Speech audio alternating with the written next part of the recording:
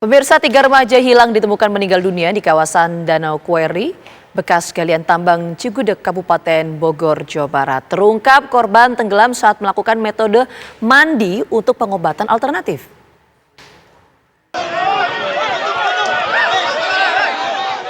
Tim TRC BPBD Kabupaten Bogor menemukan 3 jenazah warga yang tenggelam di Danau Kuari. Pencarian dilakukan sejak pagi hingga sore hari dengan menerjunkan 3 penyelam. Saat ditemukan, ketiga korban berada di dasar danau dengan kedalaman 3 meter dalam posisi saling berjauhan. Petugas kesulitan mencari korban karena dasar danau dipenuhi lumpur dan rumput air.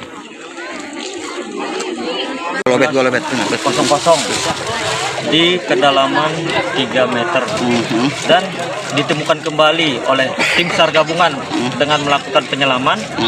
Ditemukan kembali pada pukul 14.11 waktu Indonesia bagian Barat, dan selanjutnya tim SAR gabungan melakukan penyelaman kembali dan ditemukan kembali pada pukul 14.20.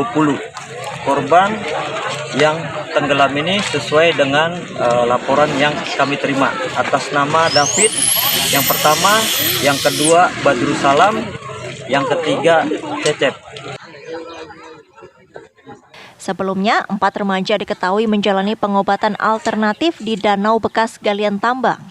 Karena terpeleset, salah satu korban tenggelam. 2 remaja yang menolong juga ikut tenggelam. 1 remaja diketahui bisa menyelamatkan diri. Saudaranya dia semua berapa orang? 3 orang. Tadinya 4 orang, yang selamat 1, yang 3 nggak ada. Itu antara 20 tahun 2 orang, yang 19 1 orang, masih sekolah SMP. Saat ini kasus ditangani pihak kepolisian. Dari Kabupaten Bogor, Jawa Barat, Eko Hadi, TV One mengabarkan. Mengapa 4 remaja sampai melakukan metode pengobatan di danau bekas galian tambang dan berakhir 3 orang tewas tenggelam? Kita akan langsung tanyakan kepada Kasat Reskrim Polres Bogor, AKP Yohanes Redoi Sigiro. Selamat petang, Pak Kasat. Selamat petang, Mbak. Ya, Pak Kasat, mungkin pertanyaan pertama saya, ini sebetulnya metode pengobatan seperti apa sih sampai ada 4 remaja itu yang melakukan metode pengobatan seperti itu? Baik, dapat kami jelaskan bahwa berdasarkan pemeriksaan kami kepada para saksi juga tersangka AN, bahwa korban berinisial DV itu mengidap penyakit gangguan jiwa atau ODGJ. Kemudian keluarga dari DV membawa saudara DV korban ke rumah tersangka. Kemudian tersangka menyampaikan bahwa untuk mengobati penyakit ODGJ maka dibutuhkan pengobatan tradisional atau ritual pengobatan di tepi danau di daerah Cigudeg. Maka berangkatlah mereka ke sana dan terjadilah kejadian tersebut. Demikian, Mbak. Oke, Pak Kasat, kalau gitu profesi dari tersangka ini apa sampai pada akhirnya memberikan alternatif, ya sudah metode pengobatannya seperti itu? Baik, berdasarkan keterangan dari pelaku juga dari warga setempat di wilayah Cigudeg, memang yang bersangkutan dikenal kerap kali melakukan pengobatan kepada pasien, kepada warga yang sakit dengan berbagai macam jenis penyakit. Namun dari keterangan tersangka AN bahwa khusus untuk penyakit ODGJ dilakukan pengobatan di tepi danau, untuk penyakit lainnya tidak. Memang jadi sekali lagi profesi yang bersangkutan memang sehari-hari adalah sebagai pelaksana atau pengobatan tradisional. Demikian, Mbak. Oke, pengobatan tradisional jadi profesinya ya. Nah, itu kalau konstruksi kasusnya, kejadian itu hari apa, jam berapa, Pak? Metode pengobatannya itu, Pak? Baik, kejadian itu hari Kamis kemarin, Mbak, tanggal 13 Juli. Pada malam hari sekitar pukul 20.30, dan perkiraan kejadian pada saat tenggelamnya para korban itu sekitar pukul 21.00. Jadi malam hari, kondisinya gelap, beberapa orang memang datang ke sana dibawa oleh pelaku untuk melaksanakan ritual pengobatan tersebut. Oke, nah pelaku ini sempat menyampaikan nggak Pak kalau di pemeriksaan, kenapa kok sampai pengobatannya itu harus di sungai malam hari? Tadi Pak Kasat menyampaikan 20.30, itu malam sekali loh Pak. Ya, ya betul. Karena memang menurut keterangan dari pelaku, memang itulah yang diajarkan oleh gurunya yang memang harus dia lakukan dalam rangka mengobati penyakit tersebut, Mbak. Jadi kalau untuk alasannya ya memang yang bersangkutan merasa bahwa pengetahuan yang bersangkutan untuk mengobati ODGJ ya dengan cara demikian, begitu, Mbak. Oke, sebentar Pak, ada yang mau saya tanyakan. Kalau tadi Pak Kasat menyampaikan profesinya adalah pengobatan alternatif begitu ya Pak ya. Itu sudah berjalan berapa lama? Kalau pengakuan dari tersangka? Pengakuan dari tersangka dari tahun 2005, berarti sudah sekitar 18 tahun yang bersangkutan, tapi tentunya itu masih pengakuan dari sepihak dari tersangka. Kita saat ini sedang menelusuri lebih dalam lagi kepada warga sekitar maupun keluarga dari tersangka nantinya.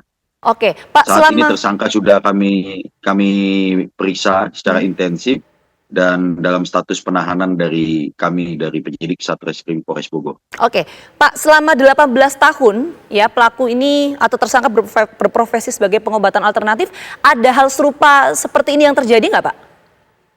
Atau ini yang Itu pertama yang tadi kali? saya katakan, Mbak, masih kami dalami dan kami telusuri. Oke, Hal tersebut masih kami dalami dan masih kami telusuri. Sekali lagi yang bersangkutan mengaku sudah lama melakukan pengobatan kepada berbagai jenis penyakit. Itu, Mbak. oke, jadi masih didalami ya. Nah, kalau kita bicara konteksnya 3 remaja yang meninggal dunia ini Pak, sampai pada akhirnya bisa meninggal dunia itu ceritanya gimana ya Pak? Ya, jadi seperti yang tadi saya sampaikan bahwa korban DV yang mengidap penyakit ODGJ dibawa ke sebuah danau Query di daerah wilayah Cigudeg. Oke. Kemudian bersama dengan keluarga dari saudara DV, pelaku AN ini membawa ke tepi danau. Oke. Pada saat di tepi danau, yang bersangkutan yaitu pelaku AN melakukan penyiraman dengan menggunakan sejenis gayung dari rantang kepada saudara DV dan meminta saudara DV dipegangi oleh keluarganya dari kanan dan kiri, kemudian berjalan menuju ke tepi danau. Namun naas, saudara DV itu tergelincir, terpleset, dan tenggelam. 2 orang dari keluarganya berinisial AL dan BS yang menjadi korban 2 lagi, itu mencoba menyelamatkan saudara DP, namun malah ikut tertarik dan ikut tenggelam. Ketiganya kemudian tenggelam dan tidak ditemukan pada malam itu. Besoknya hari Jumat, sebagaimana tadi disampaikan dalam berita, bahwa ditemukan jenazah dari ketiga orang tersebut di dasar danau tersebut pada hari Jumat keesokan harinya. Oke, ini kan tergelincir kemudian tenggelam begitu ya Pak ya. Kondisi danau itu seperti apa sih Pak? Kedalamannya, arusnya waktu itu seperti apa? Ya, kalau arus saya rasa memang tidak deras karena itu danau bekas dari tambang pada beberapa tahun yang lalu. Tambang tersebut, tambang batu, sudah tutup. Tapi seperti kita ketahui kalau danau yang alami itu curamnya tidak akan terlalu curam, tapi kalau danau bekas tambang tentunya dari tepi langsung curam. Demikian mungkin itu yang menyebabkan dari para korban ini sulit untuk menyelamatkan diri. Oke, Pak Kasat, mungkin terakhir pertanyaan dari saya. Dari perkembangan kasus yang saat ini tengah berlangsung begitu ya Pak ya. Jadi motif dari tersangka ini memberikan instruksi untuk melakukan metode pengobatan alternatif ini memang tujuannya serta-merta untuk menyembuhkan atau sebetulnya ada motif lain di luar itu? Ya, motif dari tersangka ya tentunya berniatnya yang bersangkutan menerangkan ingin membantu untuk menyembuhkan. Oke.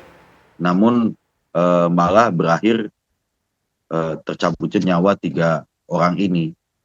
Demikian Mbak, motifnya ya memang ingin mengobati, ingin membantu mengobati. Namun dengan apa yang dia lakukan itu menjadi sebuah kelalaian atau kealpaan yang kemudian menyebabkan orang meninggal dunia.